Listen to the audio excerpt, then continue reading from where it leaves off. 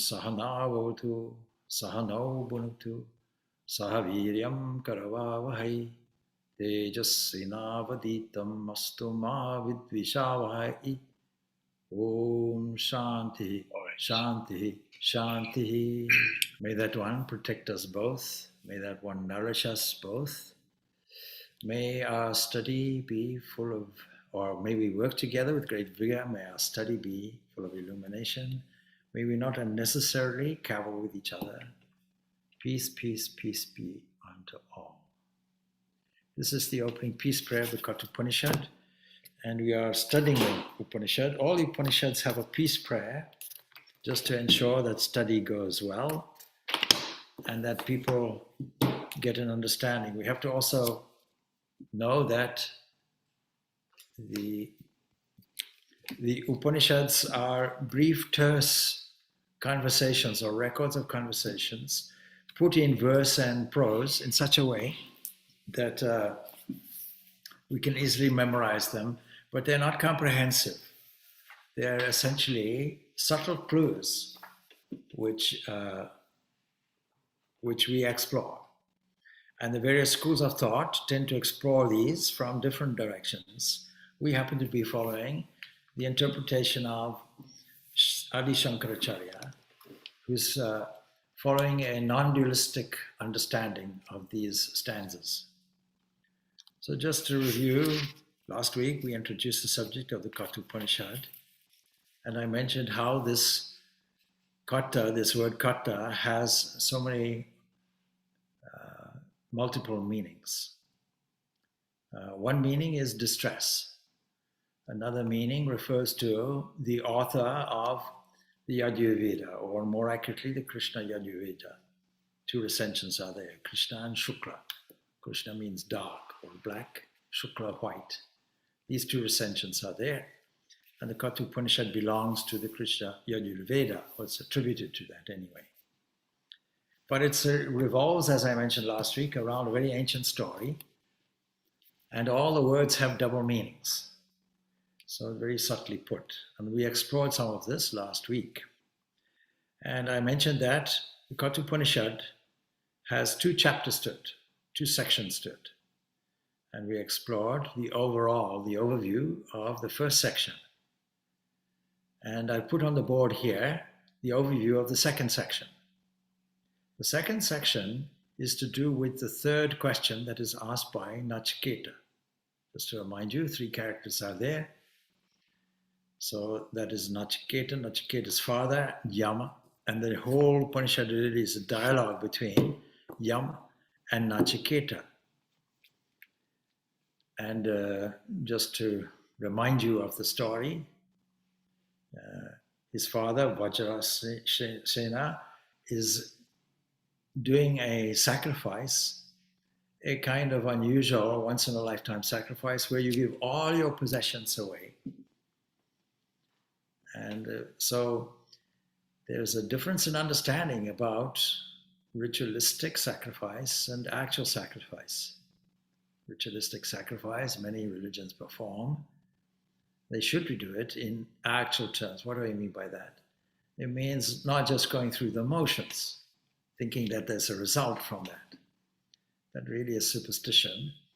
And I often think of that example of a particular yajna or tradition, fire sacrifice, where, or homa as it's called, where it was a tradition that all the ingredients should be assembled and there has to be a black cat acquired. And the black cat has to be in a basket in the corner. And so that was religiously followed for years and years and years. And then somebody inquired, what is the meaning of that? And so they went back in the tradition generations and generations ago, and they realized while they were doing this ceremony, a black cat happened to wander in and sit in the corner. And from thereafter, it was a major requirement. See, it has no meaning whatsoever. So the sacrifice, unfortunately, is not a full sacrifice. And wealth in the ancient days really was measured in terms of cattle, in terms of cows. And so when the cows were offered, Vajashrava, the Brahmin sacrificer, he takes the leanest, oldest, most miserable looking cows and offers them. And so the young boy Nachiketa, who's only probably about 12 or so, and dedicated to faith and truth. There's the meaning of Nachiketa as well. Dedicated to faith and dedicated to perseverance. Both are required in spiritual life. And so he makes a query, you should, I'm fearful of you because whatever you give, you'll get. You're doing this to get immortality, something like that, by giving everything away, but you haven't really given much away. Now, if you want to give the best away, why don't you offer me? Who will you offer me to? And so the father gets angry after the third thing. Who are you going to give me to? Who will you sacrifice me to? And pretty much the father tells him, go to hell.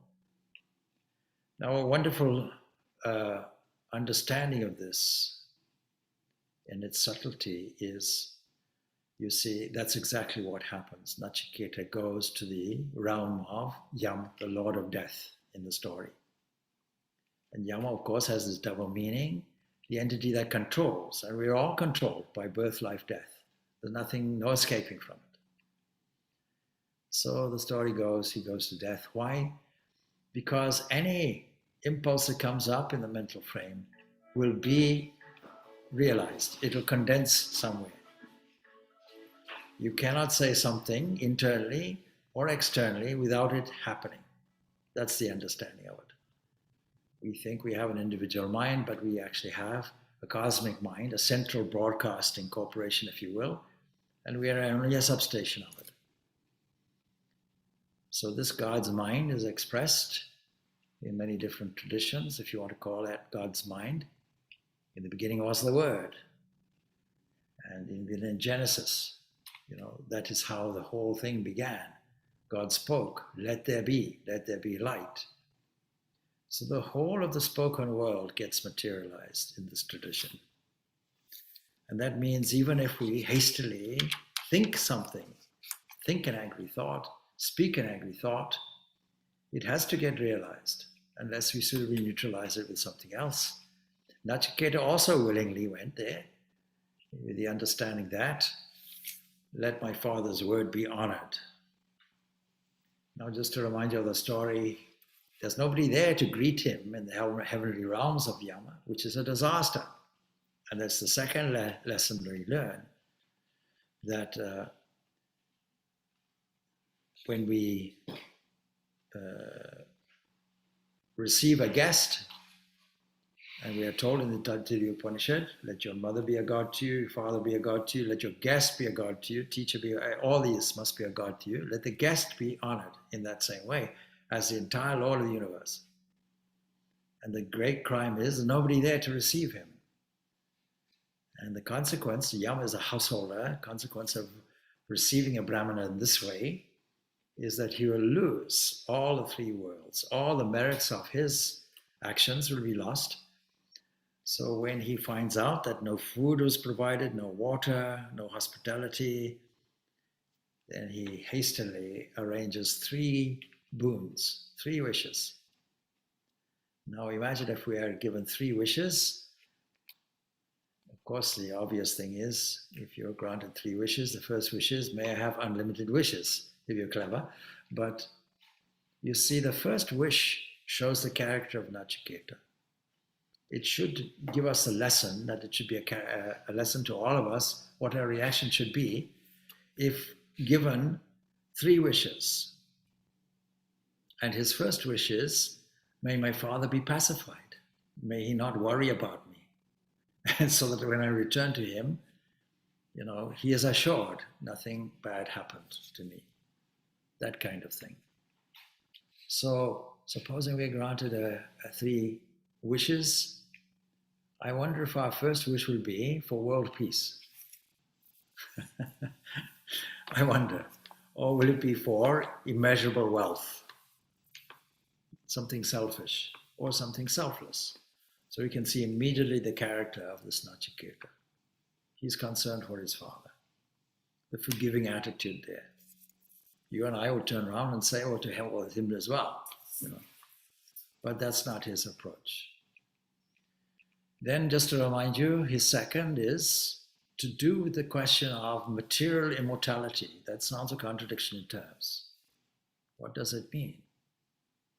It means that heaven in the system is as much a part of the material world as anything else. It's just that it lasts endlessly, but it doesn't last eternally. There's a difference. There seems to be an end to it because we are told that the heavenly realms go on forever and ever and ever. In the Rig Veda, we're told this. We're told that the highest heavens, the Swarga, that place where is the ultimate strata of material existence, is endless. It goes on forever, ever. It seems that way. If you measure it in human time, it's that way. And everything is delightful, so we have transcended all our sorrow because we are living out the holiday camp that we earned. We build up merit and we spend it. But straight away, the lesson is, without hesitation, if you want the fundamental scriptural reference for reincarnation, if you will, I don't like the term myself, but let's say transmigration. The example is, see, birth, life, and death is like the corn, and the ear of the corn gets picked, and then another one grows, and so it goes on and on and on eternally. Can't get away from it unless you shift your position and think in a different way. And this whole Upanishad then is to do with shifting your position. And in order to do this, the third wish is granted, but the second wish would like to know, can I now be taught, you are the expert because you're the Lord of Death, can I now be taught, please, how to do a certain ritualistic ceremony that will grant this highest realm, this Loka, this realm of immortality, seeming immortality. Teach me that. Well, that's an easy thing to do. Easy because this is in the material world. It is subtle, no doubt, more subtle than the earthbound world that we normally experience, but it is not as subtle as the final question requires. So, Yama teaches nicely, number of bricks, the geometric arrangement that has to be there, the fire that has to be lit, is required to do it 3 times in order to get the result, because 3 things are required. We need to make a fire for the father, for the mother, and for the teacher. These 3 things. And in life, we also have to do our duty. We have to study, and we have to do our duty, but we also have to give alms to the poor. These are some of the requirements. So all this comes in 3s and 3s and 3s. So the ceremony also has to be done once, twice, 3 times. And because it is so well taught and so well learned, it is called Nachiketa, sacrifice from there on for all time. But these are all to do with the material world. One is subtle, one is gross. The gross form is, may my father not be worried. Can you pacify him, please? On the earth. The next one is to do with the heaven. But the third one is the most subtle of all, and the rest of the Upanishad will teach that. All right, so that's a kind of summary, a recap of last week. Then I put on the board the various different categories of subject matter in the first chapter. The second chapter is like this, and I'll just go through these on the board here. So I hope you can all see. Try and bring the board closer. And hopefully you can see. Actually, we might just turn the light off. That, yeah, the glass. You can take the glass off. That's it. Okay, the glass is gone. Good. All right. So the first one is the self. Of course, now we know that when these Upanishads talk about the self with a capital S, they're talking about the innermost being of your own being. They're talking about that entity that never changes, that acts as a witness, knower, thinker, all in one. It doesn't come, it doesn't go.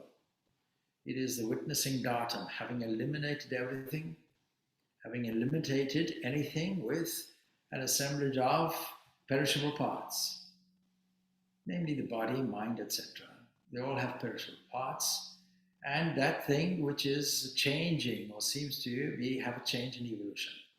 Eliminate all of that, and you have some datum beyond which you cannot go.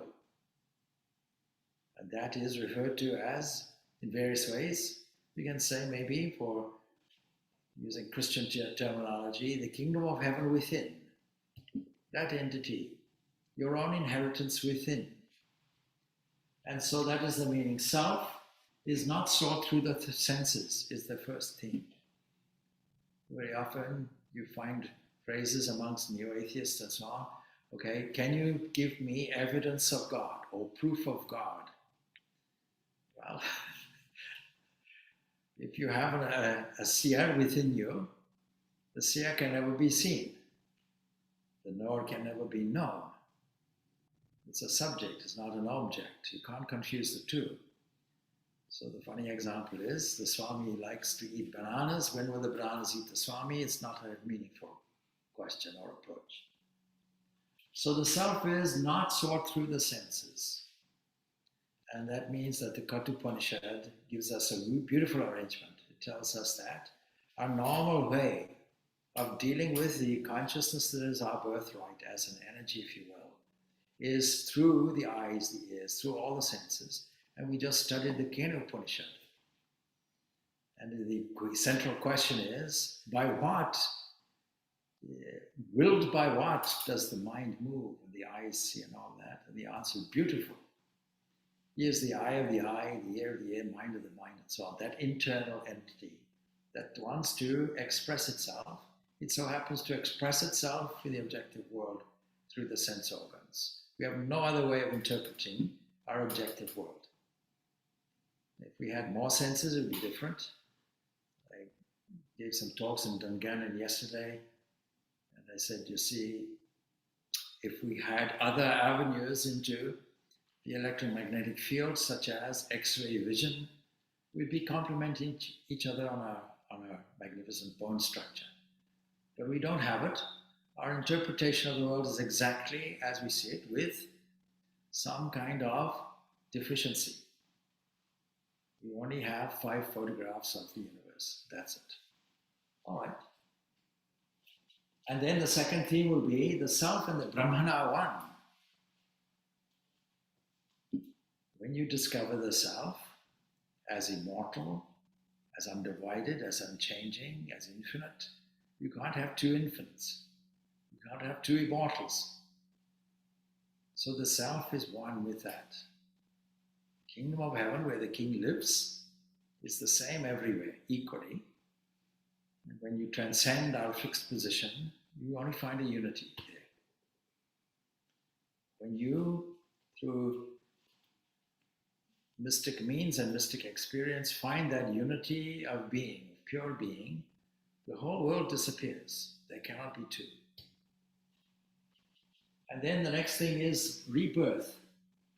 What is the definition of reincarnation? Of course, my standard joke is, do you believe in reincarnation? No, I don't believe in this incarnation. Why would I believe in another one?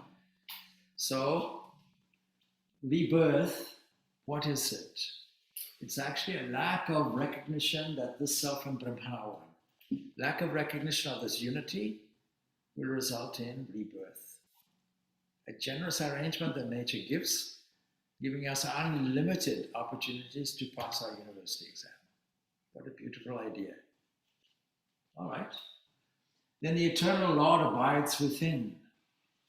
If we want to bring it down to that beautiful relational level, then this eternal Lord, where is it sitting? Not outside, it's within. It's the within that we have to go to. Through means of japa, prayer, meditation, a shift in our understanding where we see the withinness of everything, everywhere. And then 5, there's variety in unity, there's a consequence to seeing that. And then this important concept that I labor over time and time again. Instead of saying my body, instead of saying I, my, me, mine, my body-mind complex, I register it to a different account. And the body then becomes an 11-gated city with that Lord of the universe who's abiding within, residing there. And because of that being residual, everything else operates and moves.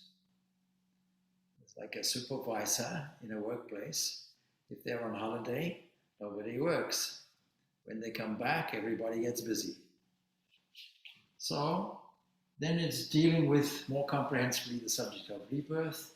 And then the self is both imminent and transcendent.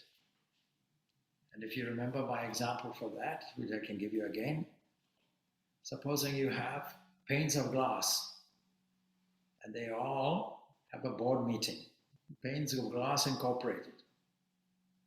And they say, you see, all along, the sun has found its way through us without a toll, without a visa. All the sun's rays pass through us. Let us make a resolution that we'll block the sun unless it pays some tax. So they all get together, they all agree, sign the document. Don't ask me how they are able to do this, only a story. And of course, the next morning when the sun rises and the rays automatically pass through the panes of glass. And because they made the resolution, they jostle amongst each other and they smash each other to pieces and the sun shines anyway. When the sun was shining through the panes of glass, it was called immanence. And when there were no longer panes of glass, it was called transcendence. That's the only difference. So then the subject is the world tree rooted in Brahman. We see echoes now and a relationship between the Katha Upanishad and the Bhagavad Gita. Both have this beautiful image. And modern evolutionary science adopts that image too, to say there is a tree of life, that there's a common connectedness everywhere in life, and there's a root. When you look at a tree, you don't normally see the root. Supposing you visited from Mars and never did any botany, you'd be astonished. How is this tree standing? And you and I can't stand for hours together with our arms held high for several dozen years. The tree can do it. Because underneath, under the ground, unseen, is a root. In the same way, there's a root to us. That root is Brahman. But the tree is not disconnected with the root. And because the root is there, the tree is also there. And we only see the extreme of it. We actually only see the gross part of it with our limited five senses. That's all. We only catch the glimpse of the horizon of a fraction of a fraction of a fraction of a wave, of a peak of a wave somewhere. So this is rooted in Brahman. And then this great fear, that is, how do things operate? It is because of the supervisory, cosmic supervisory element. Put like that. And then the perception of the self is dealt with. And then finally, number 12, the declaration and reasoning behind it that the self is existent, not non-existent. Just to remind you how science views things, that nothing made everything out of nothing. There is non-existence taken for granted. No, you take existence for granted. So that's the difference. Your second option is to say that something made something, this world, out of nothing again, ex nihilo. But this view says, no, this same entity made the world from itself and entered into it. What is the evidence for this supreme principle? Look around you, everything is its evidence. Why do things fall is a question not answered by any scientist. They don't know. How things fall, that they know. That they have some ideas about. Why do things fly off? Why does the car want to, when it gets going, doesn't want to stop? The why of it is unknown. Inertia is unknown. How it works is known. Electrical energy, the antithesis of gravity, everything flying off infinitely, the car wanting to move. When you urge it forward, when you take off the inertia, it moves. Why is it? Nobody knows. But are these clues, are these signatures to the divine? Now, on investigation, you'll find they are consistent as signatures and clues to this entity that is undivided, unchanging, and infinite. Gravity wants to unite everything. Electrical energy wants everything to fly away, project everything. Inertia wants things not to change. Are these not signatures of the undivided, the unchanging, and the infinite? So you'll find it, all this here. So this is the second chapter, which, as you can see, delves much more in great detail into the final question. What is the final question? Some say that on death there is existence. Some say there is non-existence. That's how it begins. Can you please tell me definitively what is the case? And we see in the story, Yama does not wish to answer this question. Even the deities do not know this answer to this question. It's very subtle. So rather than me answer this question, I can offer you anything that you like. I can offer you unlimited chariots. I can offer you wealth beyond measure. All of this is offered, etc. This immortality, relatively speaking, I can offer you land and property and power, all of these things. And Nachiketa is wise enough to say, no, those will come and go. They have no lasting value. This is what I want to know. This alone has lasting value. And testing Nachiketa, his student, out like this, having tried to put him off in understanding this, he then ultimately concedes, okay, you're a worthy student, let me reveal everything. And here, comprehensively, the second part of the Katha Upanishad does it. So that's an overview of the second chapter. Now we have an overview of the first section and the second section. So now let us go back a little bit and cover some of the stanzas of where we are. But before we do that, I'm going to keep quiet and ask are there any questions? On the second, the idea that the fire altar leads to heaven, to the attainment of an endless world, and is its very foundation. Is that sort of like implying that? I know we're not talking about the subtlest level, but the second level. But does that imply that sacrifice is really fundamental to the very structure of the heavenly realm, and so in a way, even of the gross level, that sacrifice is sort of intrinsic to the fabric of it? Okay, the good question. Sacrifice at every level is necessary. And when we look at how it was thought that the creation of the world, so to speak, came into existence, we see that it came about through sacrifice. Because when something is made, then something becomes less. Yeah. So the whole world is seen as a series of, it's put in a different context as being the eater and the eaten. So if I'm going to sustain a body, I have to eat food, all right? It's no longer food. It's now transformed into the body and the energy. It's now the body. It's part of the body. So something has to be sacrificed somewhere in order to get for a gain somewhere. All right. So the most ancient of these sacrifices was the fire. And that tells you about the antiquity of these texts, because Fire is the most productive and amazing and transforming discovery of man in the ancient days. It's a kind of wonder how you can create friction between material things, two sticks with three sticks or three pieces of wood, one extremely dry and brittle, and the other one and a little bit of tinder at the bottom.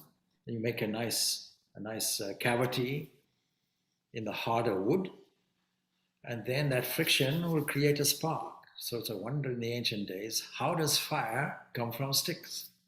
This is an amazing thing. And that whole discovery of fire would have transformed many, many things. It would have made nightfall a thing where you can create a fire, sit around it, stories be told, you can gaze into the fire, ideas will come to you.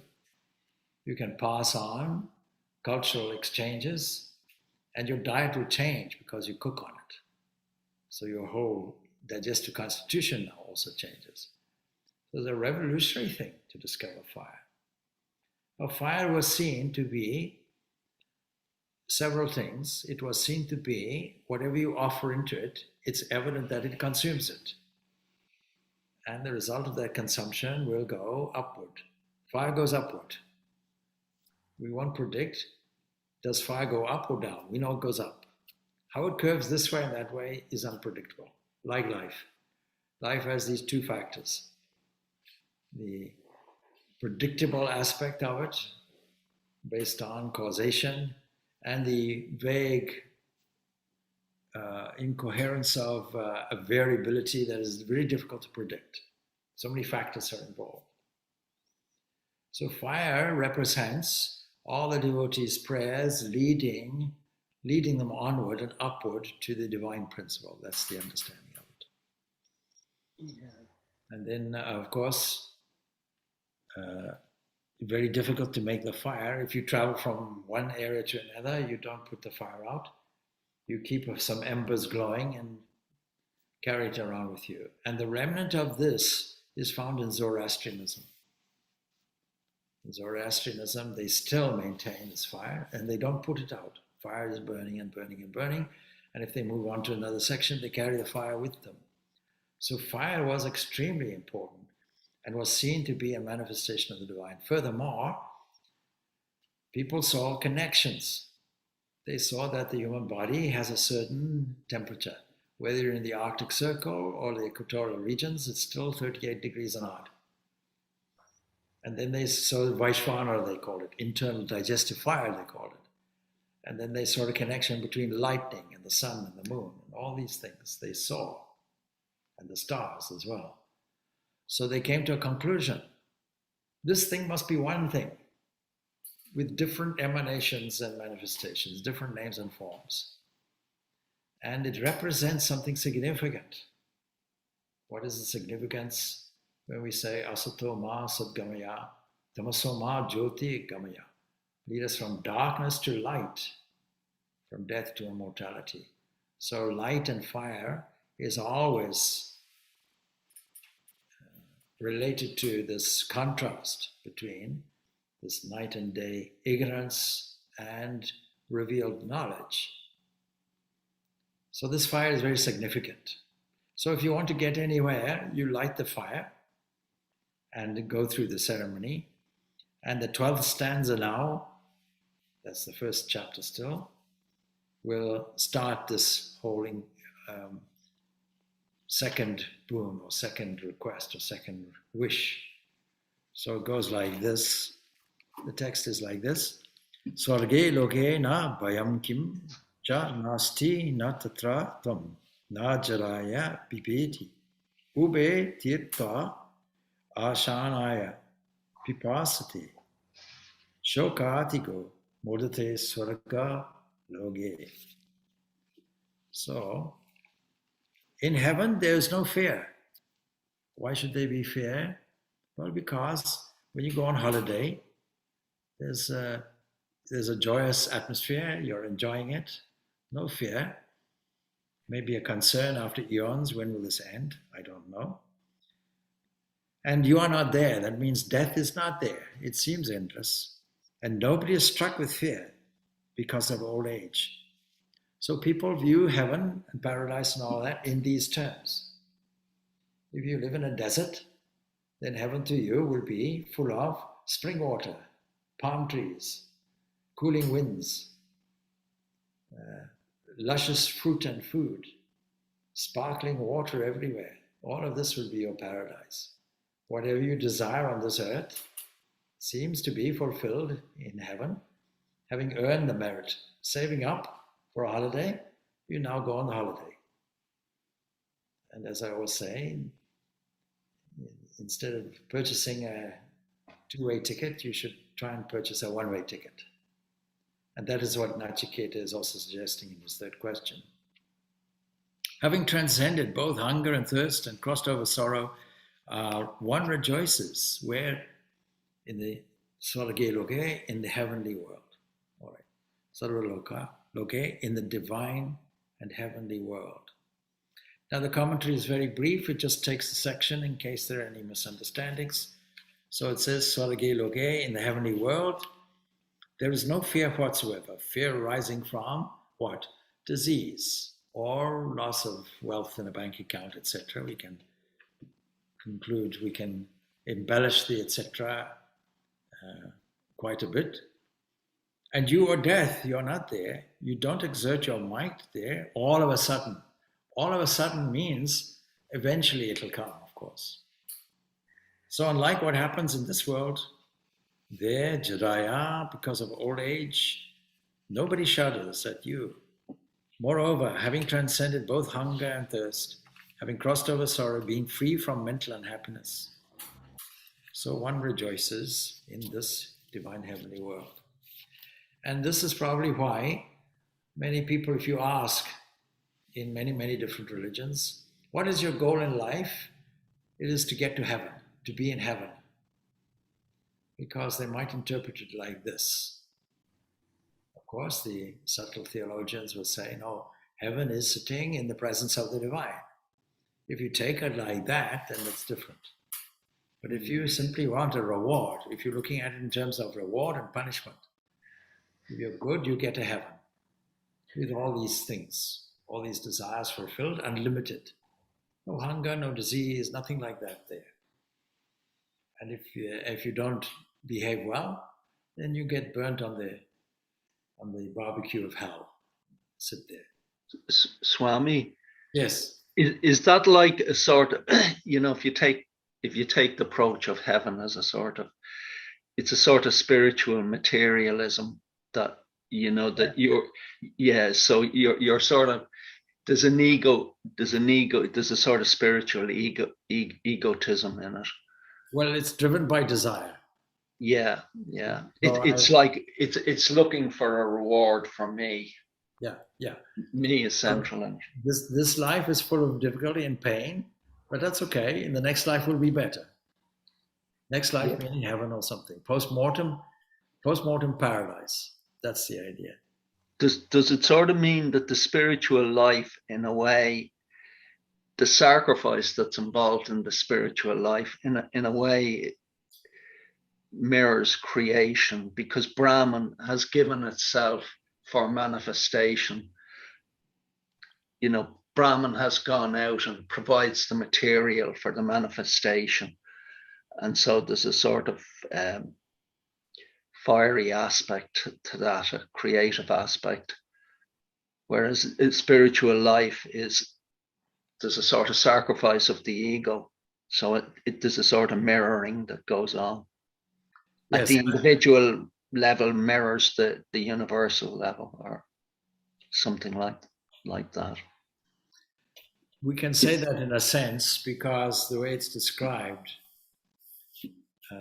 but we have to be careful about this. This is how the universe began, as it were. If we take a beginning, something like that, is because that entity desired, may I be many. That's how it's described. But it is not a desire that is common to us. It's not that kind of desire. It's a propelling of a will. That's all. It's not that God is under an illusion, or God is trapped, or God is enslaved, or anything like that. All our desires come from a sense of enslavement that we don't know. And so, yes, desires are driven by the wish to sustain our status quo. This we can call egoism. Nothing wrong with the ego. Ego is a part. If I didn't have an ego, I wouldn't be talking to you. So nothing wrong with the ego.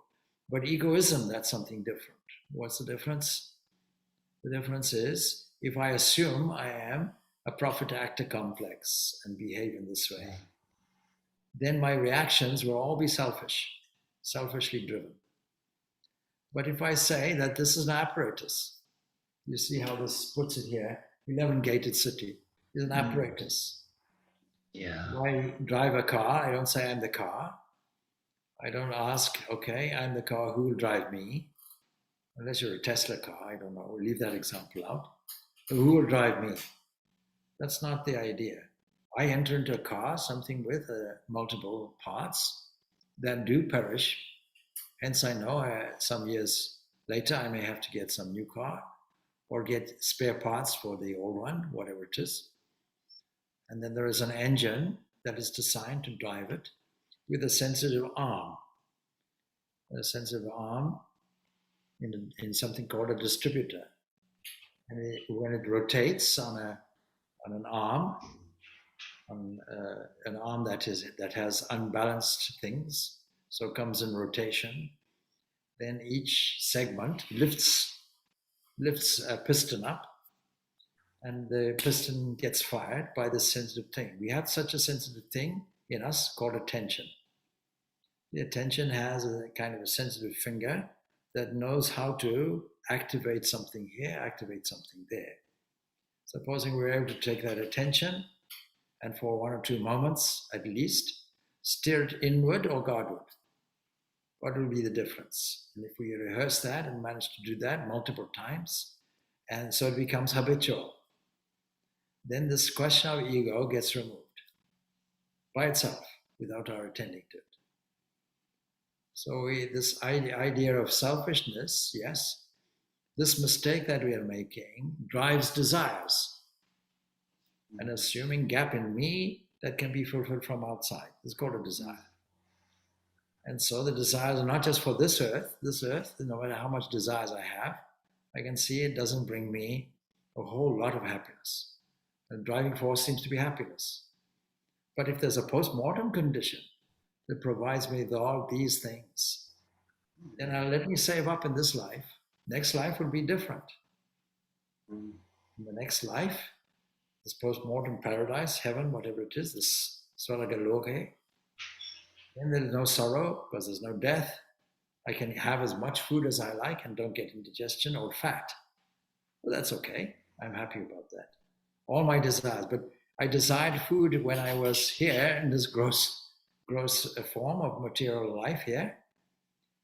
And so my value system says happiness equals unlimited food of all kinds of varieties.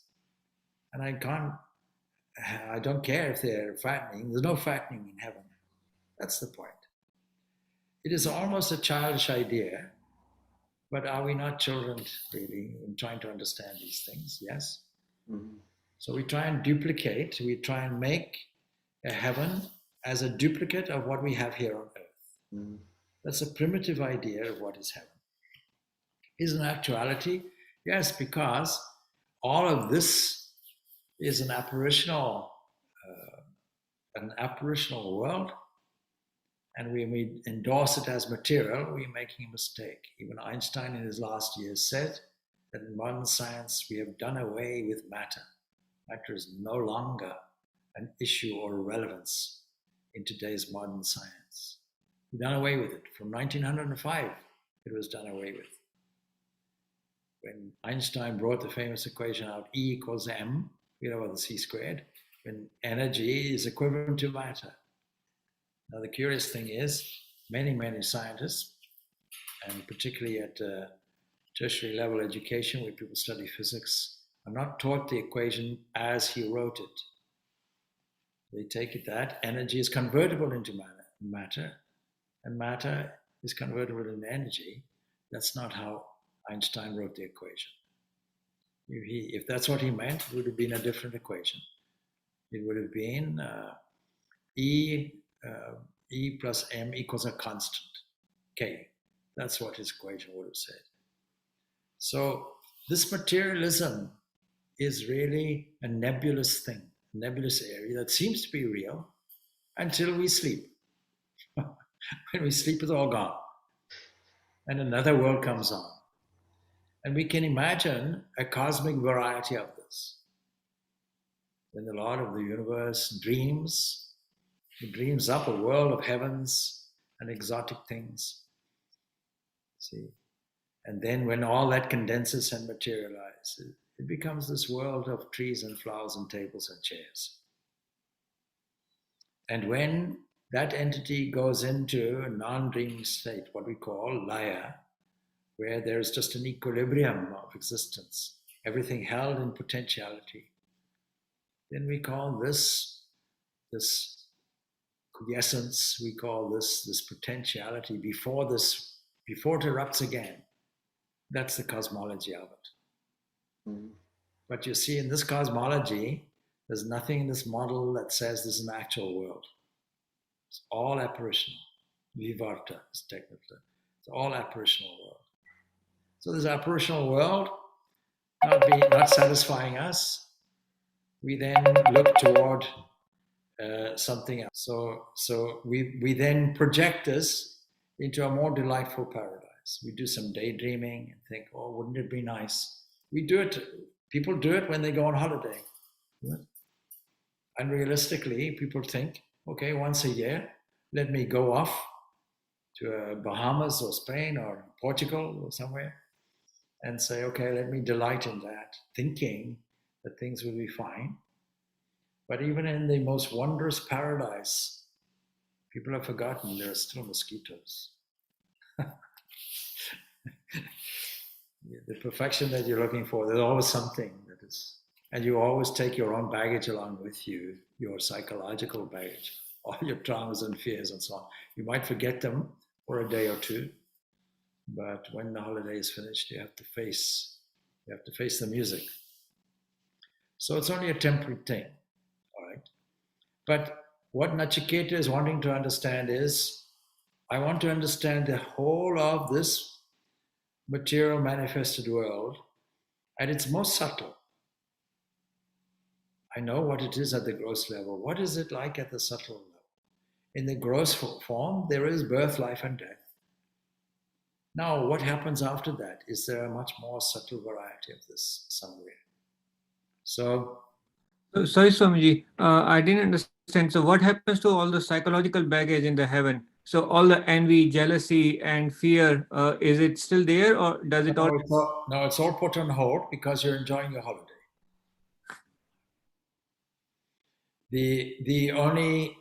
What we call this heaven and so on and so forth is just the result of all your good deeds. All your merits come out. And for those people, if your merits are 51% good and 49% all kinds of other things, then at least you'll enjoy this marginal heaven, spend it all. It's like pocket money. I saved up all year for a holiday somewhere, now I enjoy the holiday, but then the money's finished, I have to go back and save again. If you're in that syndrome, this is birth, life, death repeatedly, all over.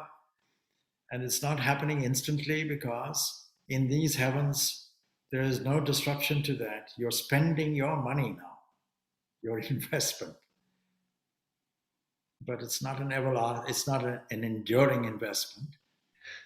So it's like coming back to a dirty house after you've had your holiday, but you didn't clean your house before you went on the holiday. So when you come back, it's still dirty.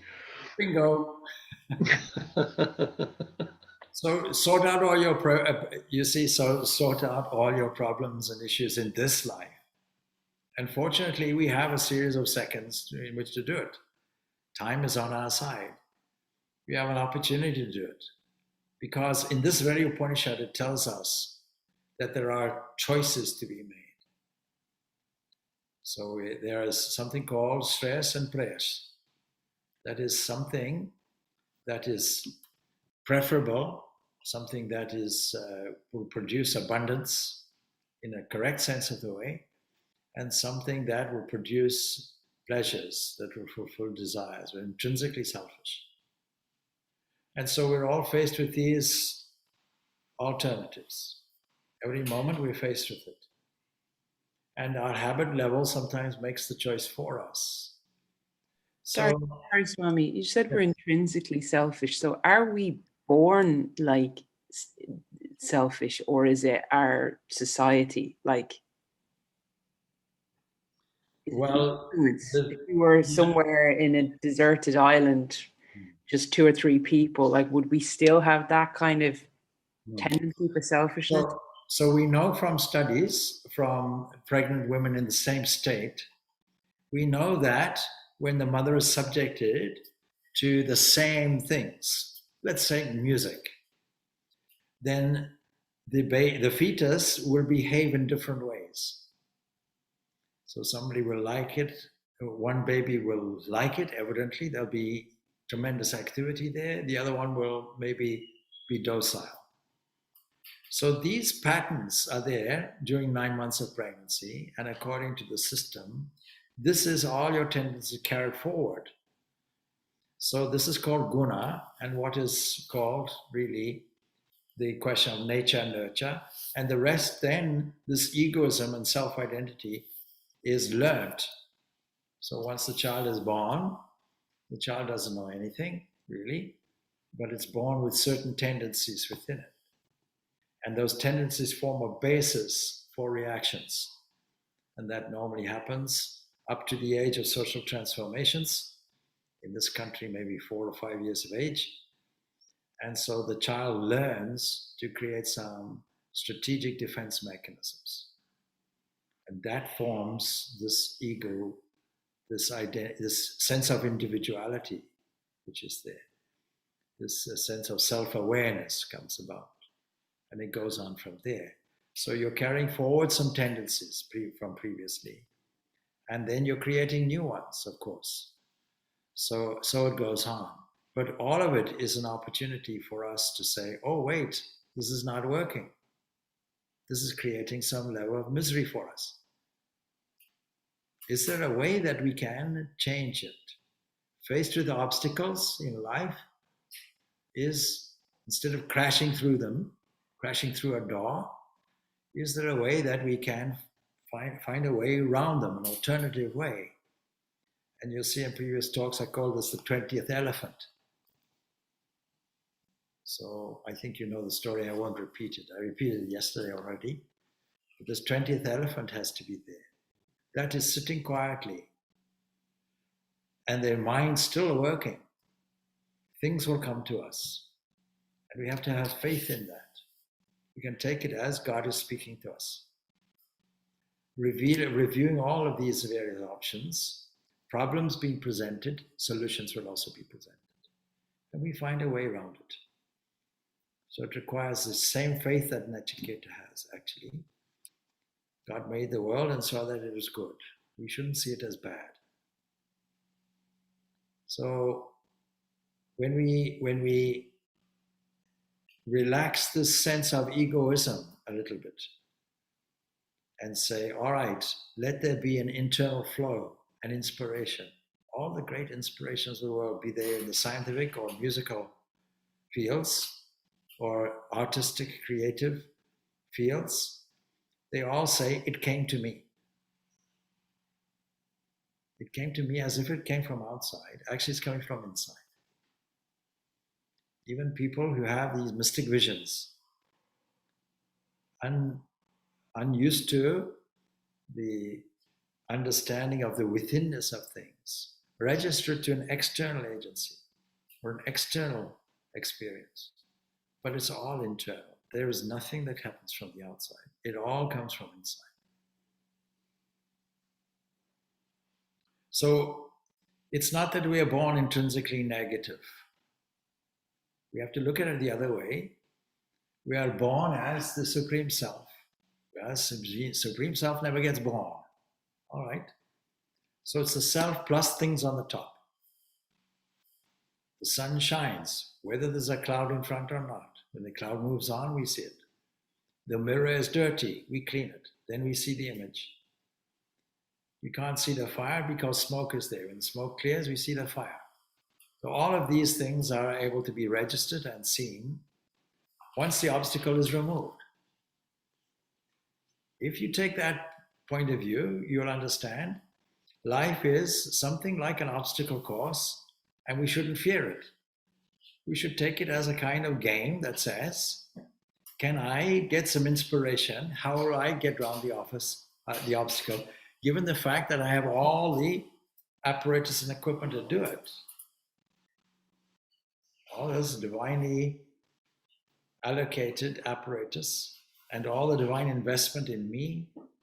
I don't think God is a bad investor. Then what will I do with it? So what is life? Life is noticing the obstacles and with a sense of joy, getting around them. We have to adopt that point of view. Now, the merit of doing that and registering everything to the divine account means that all those desires have gone. Except for devotees and those pursuing any path, a desire for freedom is there, equivalent to a desire for God. Then a person realizes, what is my purpose in life in theistic terms? It would be a vision of God. And Ramakrishna puts it in this way: some people have heard about milk, some people have seen milk, but others have tasted it. So we need to have a taste of it. That's the point. Once we've done that, our desire for that increases, commensurate with the waning of a desire for things that we enjoy or have enjoyed in the sensual world. And then what happens? Our enjoyment of the world increases because we've gotten to some fundamental thing. Vivekananda was asked by the atheist Ingersoll, engineer, the trouble with you religious and spiritual people, you see, is you don't enjoy life. Vivekananda's retort was, oh, I can assure you, I squeeze every part of the juice of the orange of life. My appreciation and joy for life increases because there I see the divinity in it. I see the glory in it. So I transform my understanding. Instead of saying, what a pity, I'm able to say, what a glory everywhere. There's no negativity in it. Now, the theological position could be the opposite, and we don't agree with it. Theological position says, we are born, and we are born with intrinsic and inherited negativity, an original sin somewhere. Well, psychologically, we neutralize that and say, oh, there's an original wound, no doubt. Yes. You know, these virtues of faith, hope, and charity are really in response to original wounds coming under those categories. So we've lost trust in something, or we have lost hope in something, or we have lost love in something. So when we regain these things by encouraging and engendering these virtues, they become neutralizing for it. Now, they're only in the sense that we are born under the shadow of ignorance. That's all. But it's something that is a covering. It is not something to get. Knowledge is not something to attain or to get. Enlightenment is not something to attain or get. That is why the phraseology will be revelation or enlightenment or any of these terms, indicating that there's nothing to get. It's already there. Please just uncover it. And as long as you are worried about it or fearful of it, it'll be an added negativity. That's the difficulty.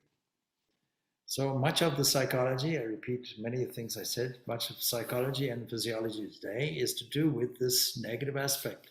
Something is defective is your starting point. No, make a different starting point. Everything is full and free and perfect. Things are in the way. Let's get rid of those things. and then the full glory shines by itself. That's the idea about it. All right, so now it's past 12 o'clock. So I'll just go on a little bit so that we pick up some momentum on the second question or the second request. So the 12th stanza is telling us, okay, of the merit of this gaining heaven because there's no fear and why people would want it. And then he addresses, O death, such as you are, you know that fire which leads to heaven, indicating exactly what I've said, that fire is seen as something that takes us or takes the devotee and the devotee's intentions and hopes and requests onward and upward. Of that you tell me, who am full of faith. I'll accept anything you say. The dwellers of heaven get immortality. This I ask for through the second boon. And so then, O Nachiketa, being well aware of the fire that is conducive to heaven, I shall tell you of it. That very thing you understand with attention from my words. You're a good student, full of faith. You'll no doubt absorb everything I have to say. But you see, I'm happy to tell you because it doesn't address the fundamental question.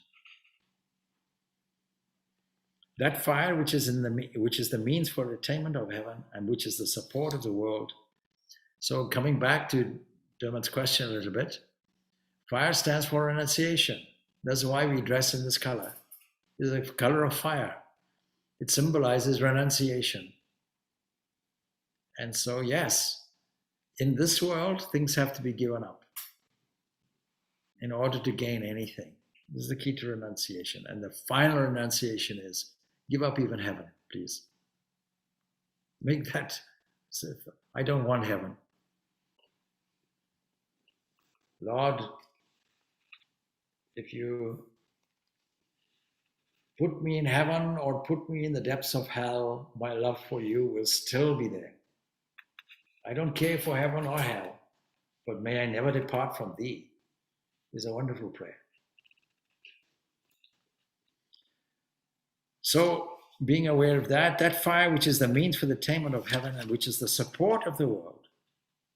Fire is the support of the world.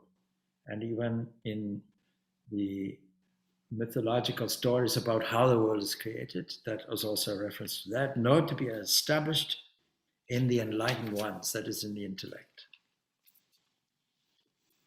Now there's an interesting comment before we end off. And rather than prolong this session, we'll simply pick up next week this 14th stanza, its commentary, and go on through that. And then once we've dealt with that, which we'll do fairly quickly, we'll come onto the most meaningful question, which is the last, or most meaningful wish, which is the last one.